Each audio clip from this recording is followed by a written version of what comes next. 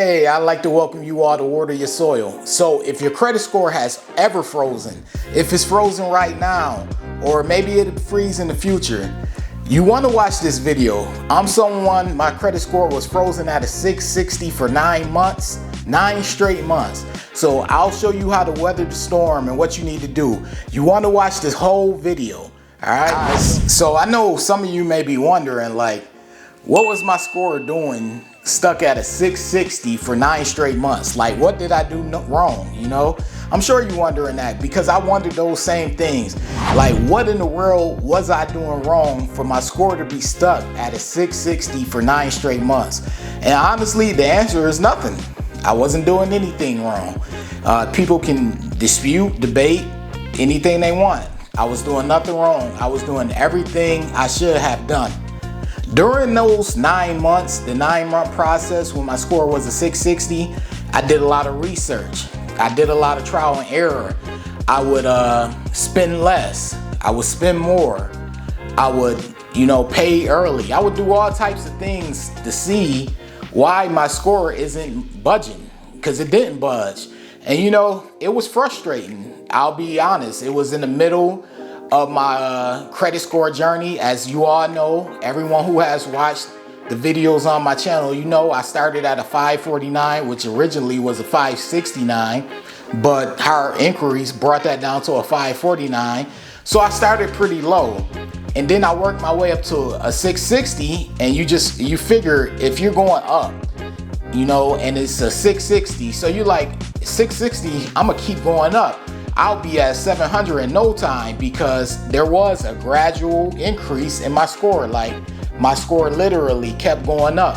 So you figure I'm excited, I'm ecstatic actually. I'm like, yeah, my score has hit a 660, so I'm getting close to, what they consider a good. So I'm like, I'm excited, I'm happy. But one thing that did happen is, about the 4th month of that 660, all the excitement and happiness, it all left. Then it went to worry. So then I'm like, hold on, I'm like, am I doing something wrong? So I'm contacting, different bureaus and contacting people for advice and things of that nature. And everyone said, no, you're doing what you're supposed to do.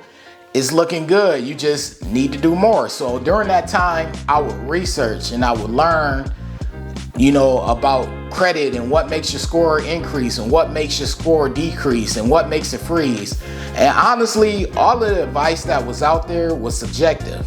Just like this advice. If I was to tell you, oh, if your score freezes, do this, it'd be subjective. And here's why that advice would be subjective. It would be subjective because everyone's credit report is different. So since everyone's credit report is different, different things will work for different people.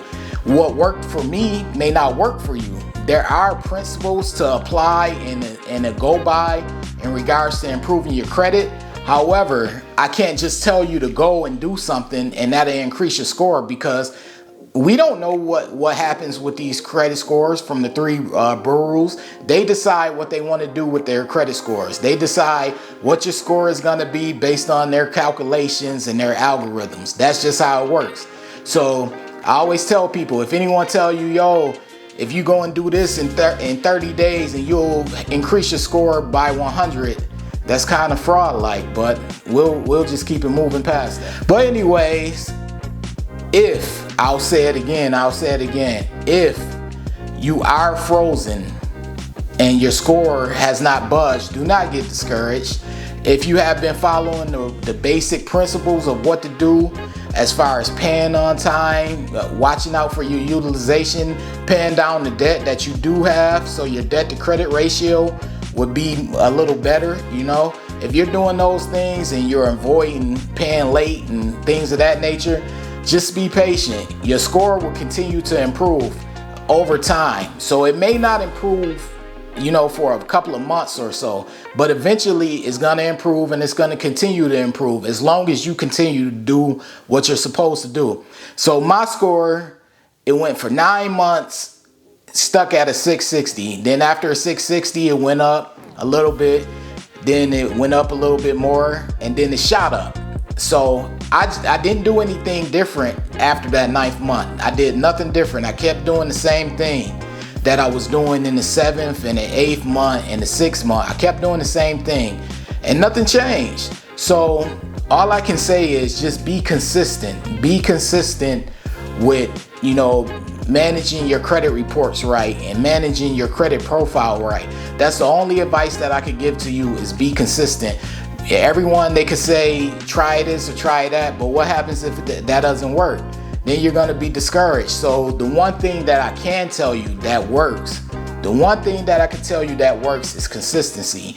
So eventually your score is going to have to increase if you're doing the right things. It's not going to drop. It's not going to stay frozen. Eventually your score will increase. So just stick with it. I know it may be discouraging because I hear this all the time. People like, my score is frozen. Why is my score frozen? You just have to stay consistent. Now, a lot of times your score can be frozen because you're doing the wrong things, meaning you're overspending, you're not paying down debt, or you'll pay down debt and then you'll respend and get yourself in more debt. People don't realize how important debt is when it comes to credit. Credit is basically the management of your debt. It's debt management, how well you manage your debt. Now, of course, there are certain calculations to it, but it breaks down to how well you manage your debt. So that's the key, managing your debt well. But anyways, I also wanted to address a couple of things in this video.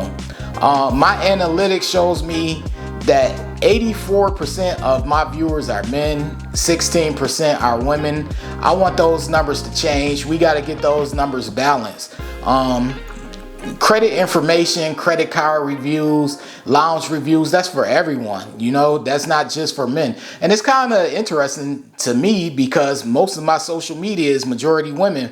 But I guess on here on YouTube, you know, guys have a big attraction to like credit cards and credit card videos and things of that nature, which is cool. But I also encourage more women to watch the channel as well, because this information in regards to credit is universal. It's for everyone of all ages. As long as you're willing to learn about it, it's for you. But anyways, I also want to address something. I did mess up the book contest. So 2 people won the book challenge. They did. However, the email address wasn't working, so they ended up hitting me up on Instagram. So I'm going to give away 1 extra book. And what you're going to do is going to follow the same rules, just going to use a different email address.